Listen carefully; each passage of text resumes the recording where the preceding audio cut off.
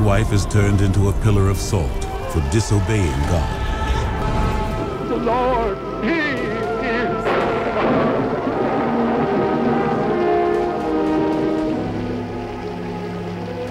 Thou is God. Thou is God. Tell Lord Artur's messenger, I have the secret. I've taken away your strength, Samson. Call on your God, Samson. This woman, Herodias, is the wife of your brother Philip, and Philip lives, tetrarch in Iturea. It is written, I have seen thine adulteries and thine abominations. Woe unto them! Wilt thou not be made clean? Send back this woman to your brother. Repent! How can you allow this slander to continue? I want the head of John the Baptist.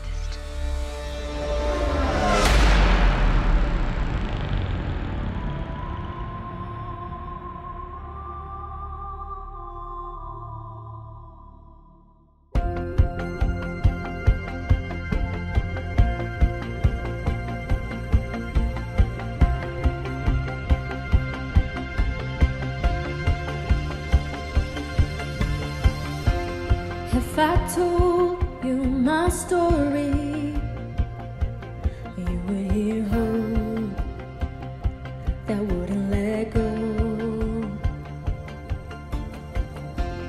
If I told you my story, you would hear love that never gave up. And if I told you my story, you would hear life, but it wasn't mine. If I should speak, then let it be of the grace that is greater than all my sin, of when justice was served and where mercy wins, of the kindness of Jesus that draws me in. Oh, to tell you my story is to tell of you. If I told you my story, you would hear victory over the enemy. If I told you my story, you would hear freedom that was won for me. And if I told you my story, you would hear life overcome the grave. If I should speak, then let it be of the grace that is greater than all my sin, of when justice was served and where mercy wins, of the kindness of Jesus that draws me in. Oh, to tell you my story is to tell of Him. This is my story. This is my song, praising my Savior all the day long. This is my story. This is my song, praising my Savior all the day long. Of the grace that is greater than all my sin, of when justice was served and when mercy wins, of the kindness of Jesus that draws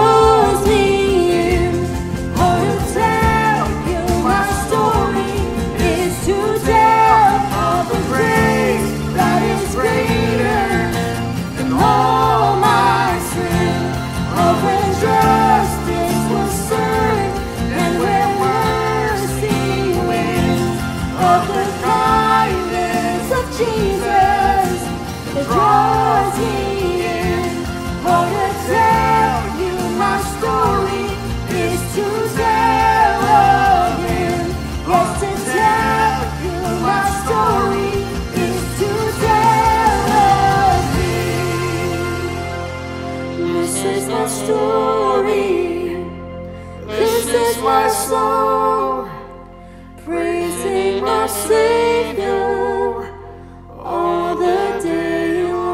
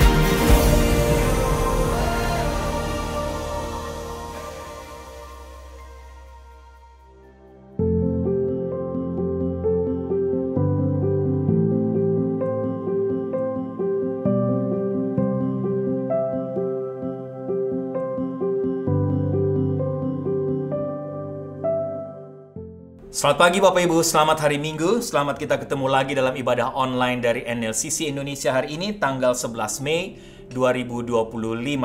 Hari ini kita sampai kepada topik yang kedua atau tokoh wanita penghancur yang kedua dari seri khotbah belajar dari para wanita penghancur dalam Alkitab selama bulan Mei ini.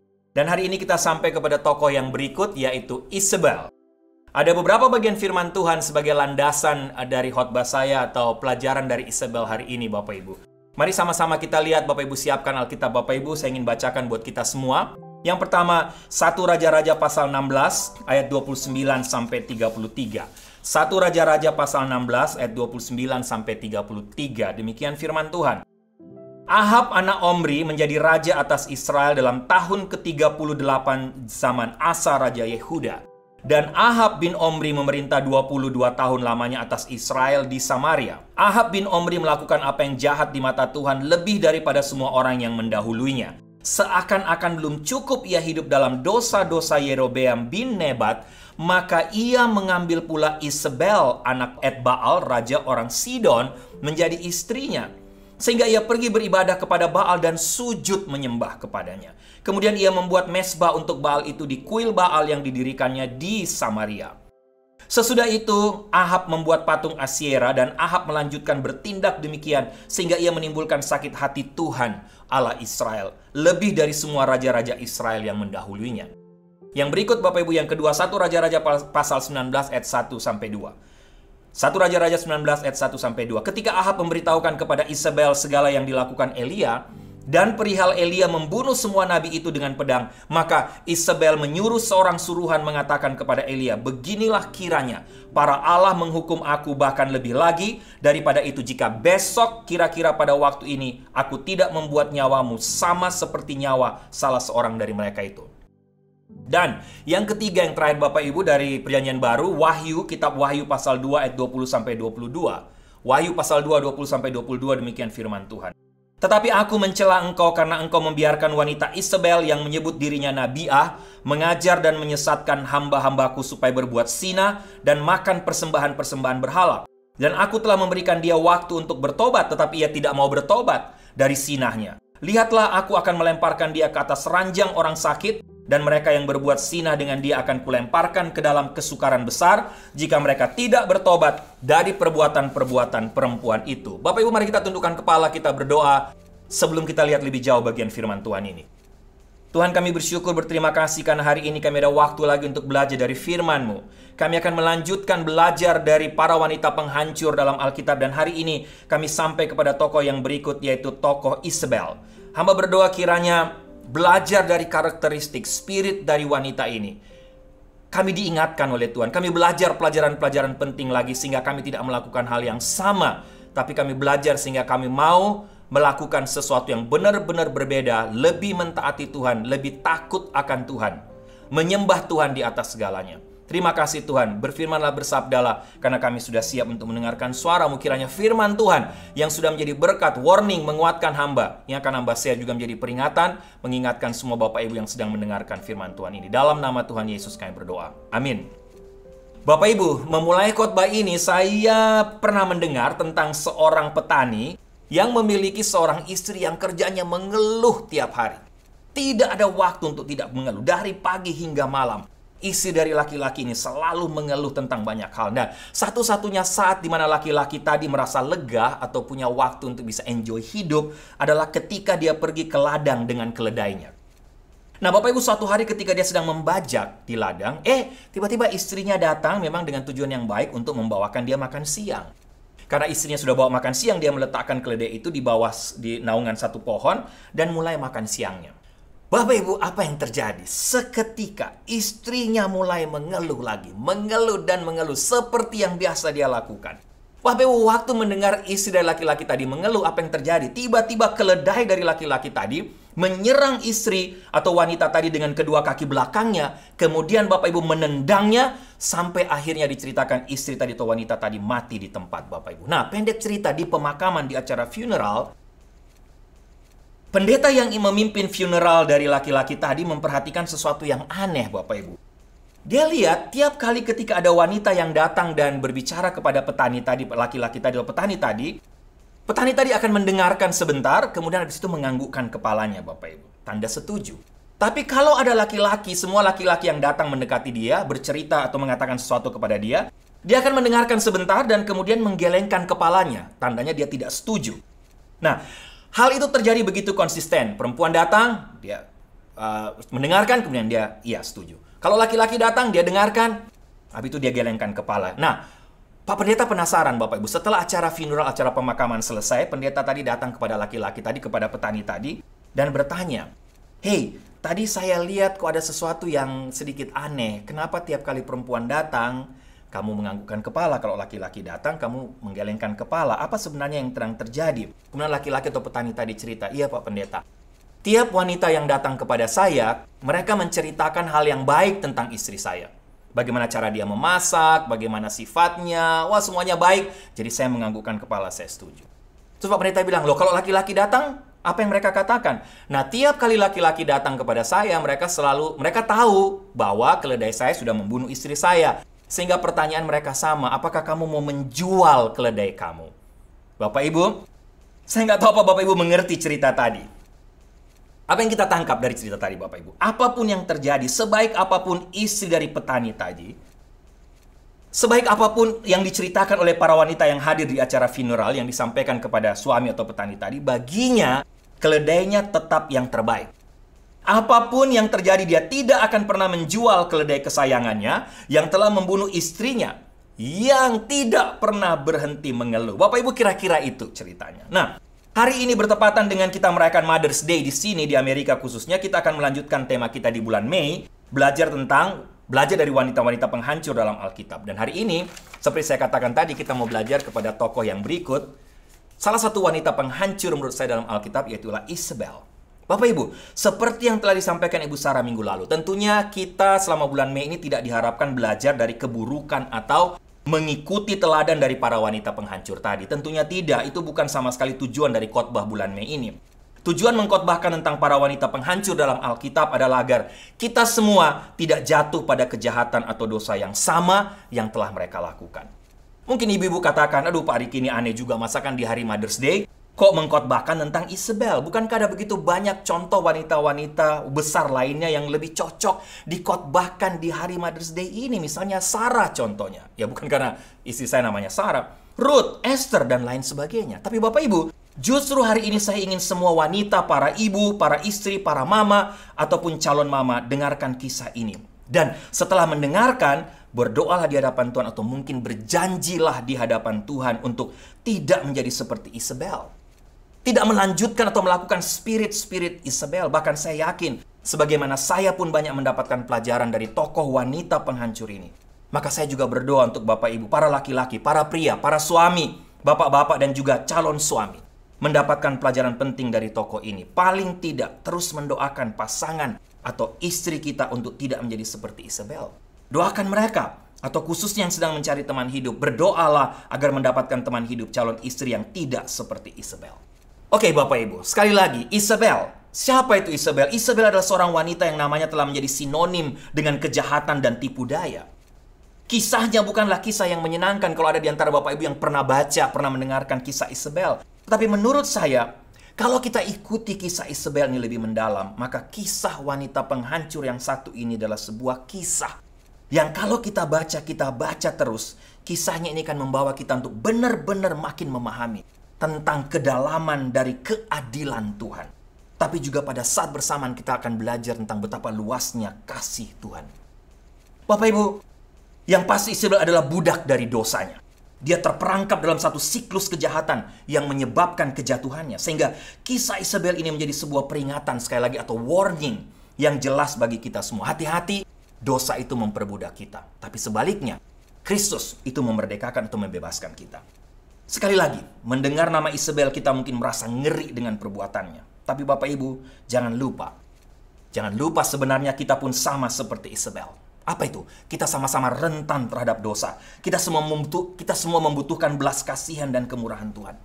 Dengan memahami betapa dalamnya dosa kita, maka kita akan benar-benar menghargai betapa luasnya kasih karunia Tuhan bagi kita. Siapa itu Isabel, Bapak Ibu? Yang pasti dalam Alkitab kita menemukan kisah tentang wanita ini. Alkitab menceritakan bahwa Isabel adalah seorang wanita yang memilih jalan kejahatan. Jalan yang menjauhkannya dari terang kasih Tuhan dan justru menuju pada kegelapan dosa. Wanita ini Isabel menjadi semacam tugu, boleh saya katakan, atau batu peringatan yang mengingatkan kita semua akan kuasa dosa yang benar-benar merusak, tapi juga mengingatkan kita dengan terhadap berbagai konsekuensi dosa yang benar-benar akan menghancurkan dan membawa kita makin jauh dari sorga dan semakin dekat justru kepada neraka dan api kekekalan.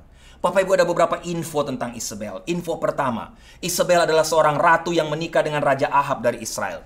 Jadi dia bukan orang Israel, melainkan dia orang Sidon. Dia adalah anak dari Et Baal, kata firman Tuhan, Raja Sidon yang juga adalah imam dari dewa Asyera dan dewa Baal. Dan dia juga membawa penyembahan Baal, dewa kafir bersamanya ketika dia menikah dengan Ahab, Raja Israel pada waktu itu. Dan ini adalah langkah pertamanya menuju kejahatan. Membawa pengenalan penyembahan berhala ke dalam kerajaan Israel. Membawa rakyat Israel yang tadinya menyembah Allah Yahweh menjadi menyembah berhala. Dia tidak hanya menyembah Baal secara pribadi, Bapak Ibu, tetapi secara aktif. Boleh saya katakan mempromosikan penyembahannya di antara orang Israel. Menjauhkan mereka dari penyembahan kepada satu-satunya Allah yang benar. Alkitab menceritakan kepada kita bahwa Isabel adalah seorang wanita yang haus kuasa dan jahat, Bapak Ibu. Isabel memang tumbuh sebagai putri raja di sebuah kerajaan yang kaya. Dia terbiasa hidup dalam gelimang kekayaan sehingga dia selalu memiliki orientasi terhadap harta dan ketamakan. Israel dan Sidon memang sudah lama memiliki hubungan erat dalam perdagangan, Bapak Ibu. Kerajaan kafir tersebut memang dikenal karena memiliki sebuah pelabuhan laut yang besar sebagai pusat perdagangan banyak bangsa waktu itu. Kebutuhan kayu untuk pembangunan di Israel didatangkan dari Sidon. Dan sebagai gantinya Israel mengirimkan bahan makanan. Sehingga Bapak Ibu boleh dikatakan pernikahan Ahab dan Isabel memang didasari oleh kepentingan politik sebenarnya. Ia menikahi Ahab memang untuk makin mendapatkan kekuasaan. Karena memang tadi dia berasal dari keluarga yang memang berkuasa. Tapi sebenarnya Isabel berasal bukan hanya dari keluarga yang berkuasa yang kaya, tapi juga berasal dari keluarga yang dikenal sebagai pengkhianat karena Et Baal ayahnya. Sekali lagi adalah Raja Sidon adalah seorang pendeta Baal yang pernah membunuh raja dan juga mengambil alih kekuasaan dengan cara-cara yang keji, Bapak Ibu. Itulah keluarga Isabel. Dan Isabel membawa berhala-berhalanya, kuil kafir tadi, ke tengah-tengah umat Israel. Jadi hal ini dengan menikahnya Ahab kepada Isabel, ini membuat kerajaan Israel Utara yang telah menyimpang memang dari Taurat pada waktu itu menjadi lebih kafir lagi. Ia juga yang telah mengeksekusi mati nabi-nabi Allah yang benar. Bapak Ibu baca 1 Raja 18 ayat 4. Ia mempromosikan agama kafir. Ia bahkan mengancam Nabi besar Elia seperti yang kita baca tadi sehingga Elia ketakutan. Padahal Elia baru saja membuktikan bahwa Yahweh adalah Allah yang benar. Terjadi pertikaian antara Elia dan 450 Nabi Baal, Bapak Ibu. Bapak Ibu ingat kisahnya. Tapi ingat, bagi saya informasi ini penting. Kenapa Bapak Ibu? Karena ini bukan masalah sepele. Penyembahan berhala, penyembahan dewa-dewa palsu merupakan pelanggaran langsung terhadap perintah pertama dari hukum Taurat. Dari 10 hukum. Ini bukan masalah sepele. Ingat perintah itu berbunyi apa Bapak Ibu? Jangan ada padamu Allah lain di hadapanku. Sehingga apa yang dilakukan Isabel adalah penolakan langsung terhadap kedaulatan Tuhan. Penyangkalan terhadap kasih dan anugerahnya. Dan dosa inilah pemberontakan terhadap Tuhan yang menandai dimulainya kejatuhan Isabel dalam kejahatan yang sangat luar biasa. Info berikut Bapak Ibu tentang Isabel. Dosa Isabel tidak berhenti pada penyembahan berhala saja. Alkitab menginfokan kepada kita bahwa ia juga seorang wanita yang sangat kejam dan tamak. Dia menganiaya para nabi Tuhan, memerintahkan eksekusi mereka dan membungkam suara mereka. Isabel menggunakan kekuasaan dan pengaruhnya untuk menyebarkan rasa takut dan penindasan untuk membungkam mereka yang berani mengatakan kebenaran firman Tuhan.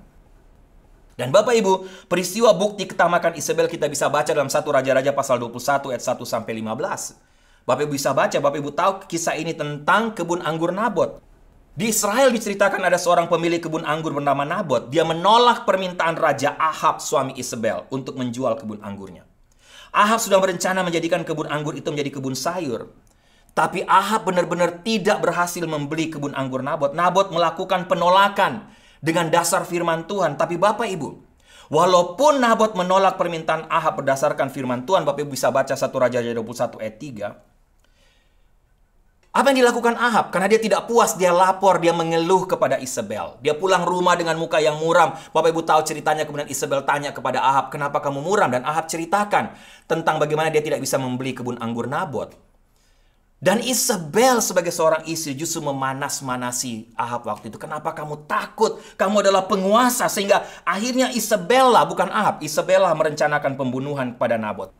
Ia mengarang rencana untuk mendapatkan kebun anggur itu, Bapak Ibu. Bapak Ibu tahu, cerita Isabel membayar saksi-saksi palsu untuk memberatkan Nabot. Bahwa pemilik kebun anggur itu telah menghujat Allah dan Raja. Dan akhirnya Bapak Ibu apa yang terjadi? Tuduhan palsu diberikan kepada Nabot, sehingga dia harus dirajam dengan batu sampai mati. Itu Isabel. Dan sesudah itu apa yang dilakukan Isabel? Dia mengambil alih kebun anggur Nabot dengan begitu leluasa, Bapak Ibu. Sekali lagi Bapak Ibu, informasi tentang Isabel. Ada lagi informasi lain Bapak Ibu. Isabel juga adalah seorang istri yang dominan rupanya. Isabel adalah istri yang dominan atas Ahab. Raja Israel ini bagaikan boneka di tangan Isabel. Memang Ahab dikatakan memang sudah jahat, tapi dengan menikah dengan perempuan penghancur ini, hidup Ahab makin jauh dari Tuhan, makin jahat. Isabel bisa melaksanakan rencana-rencana jahatnya dengan mudah karena berhasil mempengaruhi keyakinan Ahab suaminya. Dan Bapak Ibu, hal ini membuat Ahab mendua hati dari Tuhan. Dia tetap menyembah Tuhan, tapi dia juga menyembah Baal. Isabel juga berhasil mempengaruhi bangsa Israel menyembah Baal seperti saya katakan tadi. Isabel menggunakan kekuasaan untuk menjadikan agama Baal dan Asyera menjadi agama resmi di Israel. Ada yang mengatakan Isabel menggunakan anggaran negara untuk memelihara kehidupan ratusan nabi-nabi Baal dan Asyera yang memang sengaja didatangkan ke Israel. Sehingga Bapak Ibu, itu Isabel. Bapak Ibu, saya mengingat tentang istri yang dominan. Saya ingat ada satu cerita Bapak Ibu. Ini cerita karangan mungkin, tapi diceritakan waktu semua sampai di sorga, ada di pintu sorga. Tiba-tiba malaikat memberikan perintah Bapak Ibu. Malaikat katakan, suami-suami yang istri dominan, baris sebelah kiri. Suami-suami yang istri tidak dominan, sebelah kanan Bapak Ibu. Wah, malaikat kaget Bapak Ibu. Malaikat lihat barisan sebelah kiri itu panjang sekali. Tapi dia lihat ke barisan sebelah kanan, ada juga orang, tapi cuma satu orang Bapak Ibu, cuma satu bapak-bapak di situ. Malaikatnya penasaran, malaikat tanya, Om, Pak, kenapa bisa ada di sini? Bapak lihat itu di sana panjang sekali barisannya. Apa yang suami itu bapak itu katakan? Waduh, malaikat, saya juga tidak tahu kenapa saya ada di sini. Soalnya istri saya tadi yang perintahkan saya, kamu harus pergi di sebelah kanan. Bapak Ibu, harap kita tidak menjadi ibu-ibu tidak menjadi wanita seperti itu, atau bapak-bapak juga tidak menjadi seperti suami tadi. Tapi Bapak Ibu bicara soal dominasi Bapak Ibu atau istri yang dominan. Ingat, apa yang Isabel tunjukkan di sini adalah serangan langsung terhadap otoritas Tuhan. Pengabaian yang terang-terangan terhadap perintah-perintah Tuhan. Bapak Ibu, para nabi adalah utusan Tuhan, suara Tuhan untuk umatnya. Sehingga apa yang dilakukan Isabel dengan membungkam para nabi, Isabel sudah berusaha membungkam Tuhan sendiri sebenarnya. Ini bukan hanya kejahatan tapi penghujatan, dosa yang paling parah karena berusaha mendiamkan Tuhan. Bukan hanya sebenarnya mendiamkan Ahab. Isabel mungkin bisa mendominasi suaminya Ahab.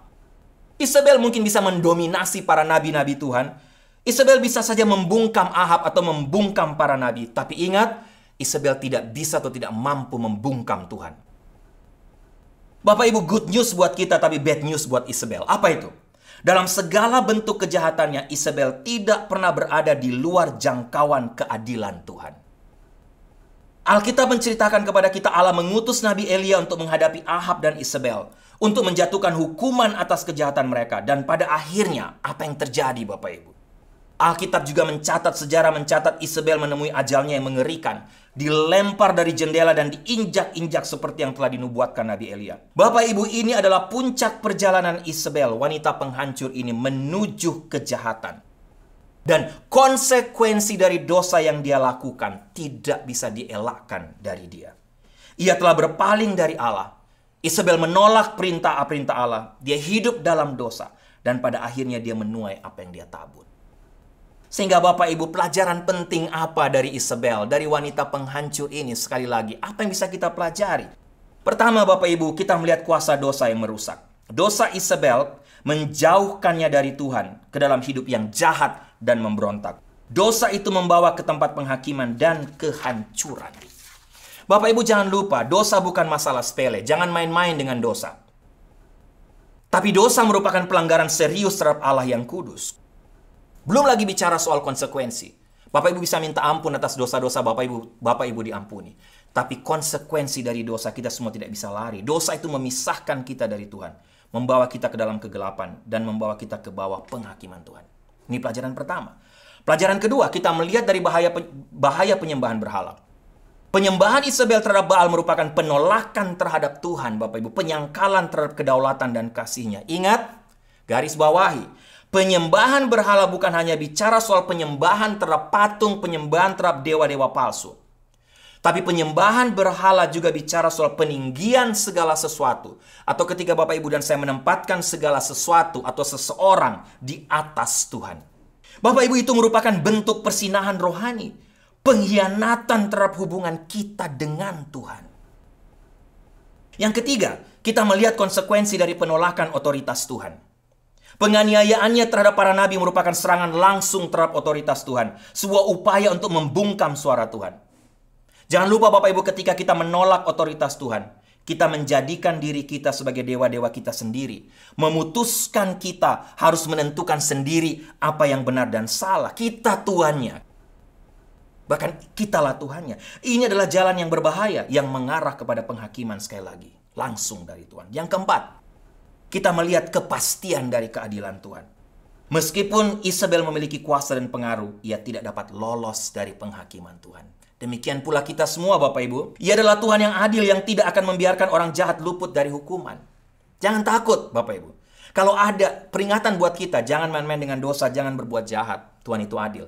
Tapi peringatan kekuatan buat kita juga. Kalau ada orang yang berbuat jahat kepada Bapak Ibu, jangan takut Bapak Ibu. Tuhan itu adil, Dia tidak akan membiarkan orang jahat luput dari hukuman. Ia juga adalah Tuhan yang penuh belas kasihan, yang menawarkan pengampunan dan keselamatan bagi mereka yang berpaling dari dosa mereka dan percaya kepadanya. Yang kelima Bapak Ibu, hati-hati dengan spirit dan karakteristik Isabel yang masih terus ada menurut saya. Lihat pembacaan tadi. Wahyu pasal 2, 20-22.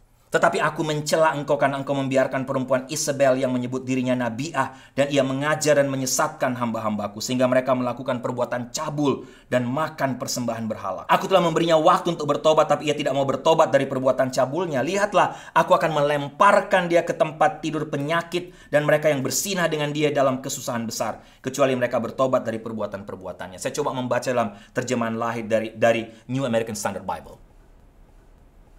Ada banyak tafsiran tentang siapakah Isabel yang disebut dalam Wahyu pasal 2 ini Bapak Ibu. Apakah ini memang Yohanes sedang menggambarkan di sini? Yohanes sedang menggambarkan seorang tokoh wanita lain dengan nama yang sama? Ataukah Yohanes memang sedang mengingatkan gereja pada waktu itu untuk berhati-hati dengan spirit wanita yang sama, yaitu spirit dari Isabel? Bapak Ibu, bagi saya apapun atau siapapun itu yang dimaksudkan oleh Rasul Yohanes, tapi yang pasti Rasul Yohanes sedang mengingatkan gereja pada waktu itu, tapi juga untuk kita, untuk gereja dan kita yang hidup pada masa kini. Karena menurut saya spirit Isabel dalam konteks kitab Raja-Raja yang saya telah ceritakan, bahas pada Bapak Ibu tadi, menurut saya sama persis dengan spirit Isabel yang tertuang dalam Wahyu pasal 2 yang kita baca tadi. Ada beberapa spirit dan karakteristik Isabel yang harus kita waspadai Bapak Ibu. Tapi yang menarik di sini apa Bapak Ibu? Jangan cepat juga mengadili Isabel di sini. Karena yang pasti, spirit Isabel tidak dapat bekerja tanpa spirit Ahab. Para bapak-bapak, laki-laki jangan pikir, weh Pak Dik ini khotbah tentang Isabel, tentang wanita ini. Jangan lupa, sekali lagi, spirit Isabel tidak dapat bekerja tanpa spirit Ahab. Apa maksud saya? Perhatikan, Isabel memang mengendalikan dan dominan di sini. Tapi Ahab di sini menjadi suami yang menoleransi dan tidak punya pendirian menurut saya. Terikut, tidak punya pendirian, tidak berani bicara kebenaran. Ahab menaklukkan lebih banyak daripada raja lain di Israel Bapak Ibu kecuali Salomo. Tapi rupanya tidak mampu menaklukkan istrinya sendiri. Kita bisa menjadi penakluk yang hebat dan tetap dikendalikan oleh spirit Isabel. Ini poinnya di sini, hati-hati. Ingat kisah kebun anggur Nabot tadi Bapak Ibu. Ahab menaklukkan dengan cara yang kuat, tapi dia tidak dapat memperoleh kebun anggur Nabot. Tetap karena itu dia memohon, merengek kepada Isabel yang mendapatkannya melalui rasa intimidasi, manipulasi, dan lain sebagainya. Sangat penting untuk memahami di sini Bapak Ibu bahwa roh Isabel tidak berbasis gender. Hati jahat, curang, intimidasi, manipulasi, spirit dominasi, iri hati, ingin punya lebih. Ini bukan spirit wanita saja, karena ada banyak contoh dalam Alkitab, bahkan Bapak Ibu bisa lihat sampai zaman sekarang, juga tentang laki-laki atau pria yang memiliki roh yang sama di dalam diri mereka. Dalam Alkitab, contoh Firaun dalam Perjanjian Lama, Herodes Agung dalam Perjanjian Baru. Bapak Ibu, menarik Steve Sampson dalam bukunya berjudul Confronting Jezebel, Discerning and Defeating the Spirit of Control, memberikan ciri-ciri roh Isabel berikut ini yang menurut saya masih terus ada sampai hari ini. Menarik sekali. Tidak mau tunduk, over independent, melayani diri sendiri, menentang figur otoritas, bersifat menggoda, menggunakan sanjungan palsu, kontrol, manipulasi, menggunakan rayuan seksual jika memungkinkan, mengadu domba satu orang dengan yang lain. Berusaha menguasai sehingga dapat mengarahkan semua elemen dalam pelayanan gereja. Membanggakan diri karena lebih rohani daripada yang lain. Terjerat emosi, ajaran dan nubuatan palsu yang mengatasnamakan Tuhan. Memutarbalikkan firman Tuhan. Menghambat pelayanan, merendahkan orang lain. Curang, menipu demi uang. Bapak Ibu, spirit ini masih ada sampai sekarang. Dan sekali lagi, spirit ini tidak berbasis gender. Semua kita bisa jatuh. Menarik karena Samson juga membuat satu perbandingan antara Nabi Elia dan Isabel. Dia katakan apa? Elia menuntut pertobatan, Isabel membenci pertobatan. Elia menuntut kebenaran, Isabel menentang kebenaran. Elia berbicara tentang kebebasan, Isabel menginginkan kendali. Elia menuntut kerendahan hati, Isabel menarik perhatian orang yang sombong. Elia berbicara tentang jalan Tuhan, Isabel menggunakan tipu daya dan sistem ilmu penyembahan berhala. Bapak Ibu, menarik, saya mau tutup Bapak Ibu buat khotbah saya. Saya tiba-tiba ingat, spirit Isabel merupakan kebalikan dari spirit Abigail.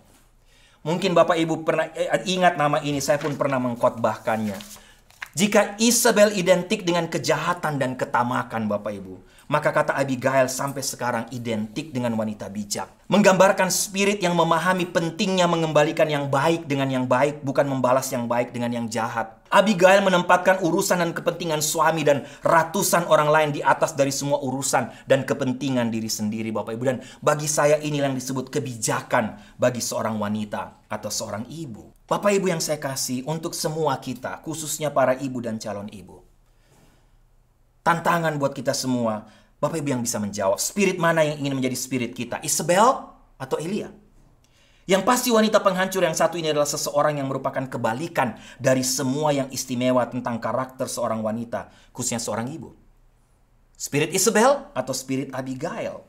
Apa itu spirit wanita seorang ibu Bapak Ibu? Itulah gambaran tentang kasih sayang, pemeliharaan rasa hormat terhadap kehidupan dan martabat manusia. Mempertimbangkan orang lain bukan hanya diri sendiri. Dan ini memang tantangan bagi wanita modern Bapak Ibu. Eksekutif tapi tetap feminin. Tetapi Isabel adalah kebalikannya. Bapak Ibu, untuk para wanita atau calon ibu ingat ini. Biasanya anak laki-laki memang membutuhkan seorang ayah yang dapat membudayakan mereka. Tapi anak laki-laki membutuhkan seorang ibu yang dapat memberadabkan mereka. Tapi sekali lagi Isabel adalah pengecualian. Warisan Isabel bukan hanya bicara soal jeleknya sebuah karakteristik Bapak Ibu. Tapi mencakup penolakan terhadap kebenaran Tuhan. Dan spirit ini tidak memandang jenis kelamin. Apapun jenis kelamin kita, tidak ada yang membuat jiwa kita lebih buruk daripada mendambakan kekuasaan. Sehingga kita bisa menghalalkan segala macam cara dan memegang kendali terhadap siapapun dan apapun. Bapak Ibu, saya mau tutup khotbah saya dengan ini. Saya membaca buku Chicken Soup for the Christian Soul. Diceritakan ada seorang ibu seorang ibu bernama Dalton menuliskan tentang kisah hidupnya. Diceritakan Dalton dia punya 10 anak dan hidupnya sangat sibuk. Suatu waktu dia membawa anaknya Len yang berusia 3 tahun untuk bermain keluar rumah. Tapi menarik diceritakan, Dalton ceritakan kemanapun dia pergi anaknya selalu ikut terus dia. Di mana saja dia jalan anaknya ikut. Dalton berusaha untuk menyenangkan hati anaknya. Tapi dia juga terus bertanya kepada Len, kenapa sih kamu tidak mau pergi? Karena dia mau inilah waktu dia keluar waktu untuk bermain dengan orang lain, main-mainan yang lain. Len, kenapa kamu tidak mau pergi main ayunan atau main lain bersama teman-teman di sana? Tapi Len tetap mengikuti mamanya, tetap mengikuti Dalton. Walaupun Bapak Ibu Dalton ceritakan berapa kali dia terantuk, mungkin 5 kali dia terantuk jatuh.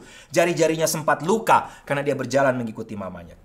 Nah, karena mamanya terus bertanya, akhirnya Len menjawab mamanya, "Ma, guru sekolah mingguku meminta kita semua anak-anak untuk berjalan mengikuti kaki Yesus. Kemanapun kita pergi, kalian harus mengikuti kaki Yesus. Mengikuti jejak Yesus," katanya. Tapi kan saya tidak bisa melihat Yesus. Jadi saya memutuskan untuk mengikuti jejak kaki mama saja. Kemana mama pergi, saya ikut. Bapak Ibu, ibu-ibu, hasil penelitian ilmu psikologi mengatakan bahwa ketika seorang ibu meluangkan waktu untuk bermain dengan anak-anaknya, itu akan membawa dampak yang sangat besar bagi masa depan mereka dan membuat mereka mampu memahami banyak pelajaran penting tentang hidup dan membuat mereka makin kuat di kemudian hari. Bapak Ibu atau ibu-ibu khususnya. Sekali lagi memang Isabel ini atau spirit Isabel wanita penghancur ini saya khotbahkan di hari Mother's Day. Memang banyak pelajaran penting buat para ibu dari tokoh wanita ini. Paling tidak, jangan ikuti, jangan kembangkan spirit ini. Kalau masih ada, bertobatlah. Tapi paling tidak pelajaran tentang wanita penghancur Isabel ini menjadi peringatan untuk kita untuk bisa memilih memutuskan. Mau menjadi seperti Elia, spirit Elia atau spirit Isabel. Spirit Abigail yang mewakili para wanita bijak ataukah spirit Isabel. Tapi sekali lagi, khotbah Isabel ini sama sekali tidak berbasis gender. Karena spirit ini yang saya sudah ceritakan, saya jelaskan panjang lebar tadi. Tidak hanya menjadi spirit wanita. Sebagai laki-laki pun hati-hati kita bisa punya spirit seperti tadi. Seperti Isabel. Sehingga Bapak Ibu kiranya firman Tuhan hari ini yang sudah saya share menjadi warning menguatkan saya. Jadi berkat menguatkan kita semua juga. Amin. Mari kita tundukkan kepala, kita berdoa. Tuhan, kami bersyukur, terima kasih untuk firman. Sekali lagi terima kasih karena kami ada waktu untuk belajar dari wanita penghancur ini, dari Isabel. Tapi tentunya Tuhan, kami tidak mau belajar dari kehancurannya. Kami tidak mau belajar dari keburukannya. Kami tidak mau belajar dari spiritnya sebagai wanita penghancur. Tapi paling tidak menjadi warning buat kami untuk tidak melakukan hal yang sama.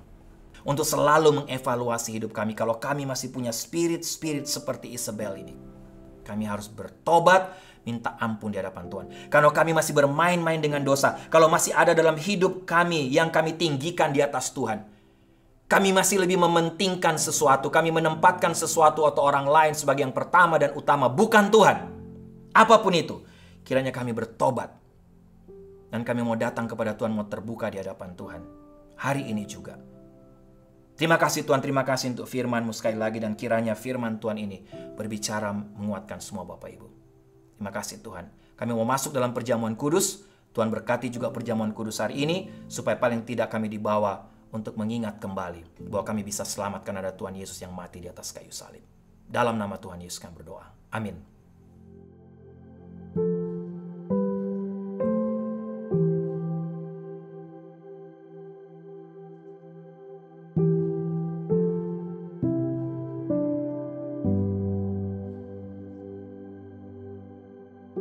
Bapak Ibu, mari kita masuk dalam perjamuan kudus. Mari kita siapkan hati untuk masuk dalam perjamuan kudus hari ini. Bapak Ibu jemaat yang kekasih, roti yang kita pecah-pecahkan ini selalu mengingatkan kita akan tubuh Kristus yang diserahkan bagi kita untuk menebus kita.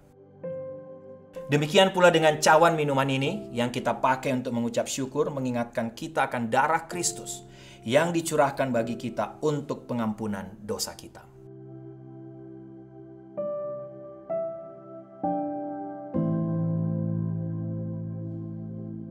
Bapak Ibu bisa mengangkat roti di tangan kanan Bapak Ibu. Yesus berkata, inilah tubuhku yang diserahkan bagi kamu. Perbuatlah ini selalu menjadi peringatan akan aku. Makanlah.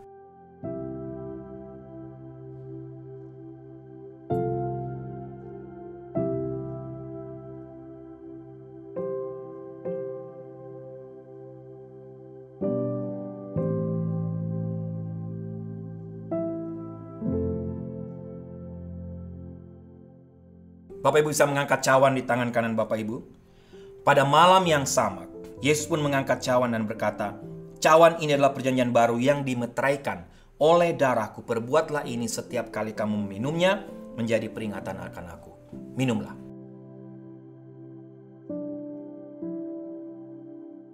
Mari kita berdoa Bapak Ibu. Tuhan, kami bersyukur, terima kasih karena Engkau memberkati kami lagi hari ini. Tidak saja melalui kebenaran firman-Mu, tapi Engkau memberkati kami lagi melalui waktu perjamuan kudus hari ini. Tapi Tuhan, tolong supaya tiap kali mengikuti perjamuan kudus seperti hari ini, kami tidak hanya dibawa untuk mengenang, mengingat saja, dan berhenti sampai di situ.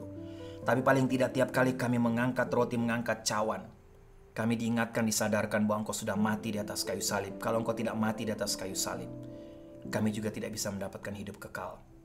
Sehingga Tuhan tolong supaya tiap kali selesai mengikuti perjamuan kudus ini, kami juga mengambil waktu untuk mengevaluasi hidup kami, tapi mengambil waktu untuk membuat komitmen, resolusi baru, untuk makin hari makin mencintai Engkau. Terus hidup dalam kekudusan. Taat akan kebenaran firman-Mu dalam rangka menghormati Engkau Allah yang kudus, tapi Engkau Allah juga yang sudah datang ke dalam dunia ini menyelamatkan kami. Melalui Tuhan Yesus Kristus yang sudah mati di atas kayu salib. Terima kasih Tuhan. Dalam nama Tuhan Yesus kami berdoa mengucap syukur untuk perjamuan kudus hari ini. Amin.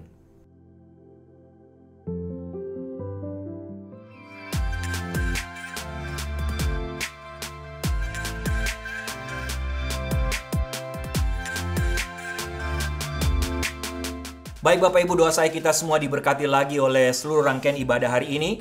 Lewat pujian penyembahan, lewat firman Tuhan, dan juga lewat perjamuan kudus. Jemaat yang kekasih, tundukkanlah kepalamu dan arahkanlah hatimu kepada Tuhan dan terimalah berkat Tuhan. Anugerah keselamatan dari Tuhan Yesus Kristus, kasih sayang yang tidak berkesudahan dari Allah Bapa, serta penyertaan dari Roh-Nya yang kudus kiranya menyertai engkau sekalian, mulai hari ini sampai Maranatha Tuhan Yesus datang kembali. Haleluya, amin.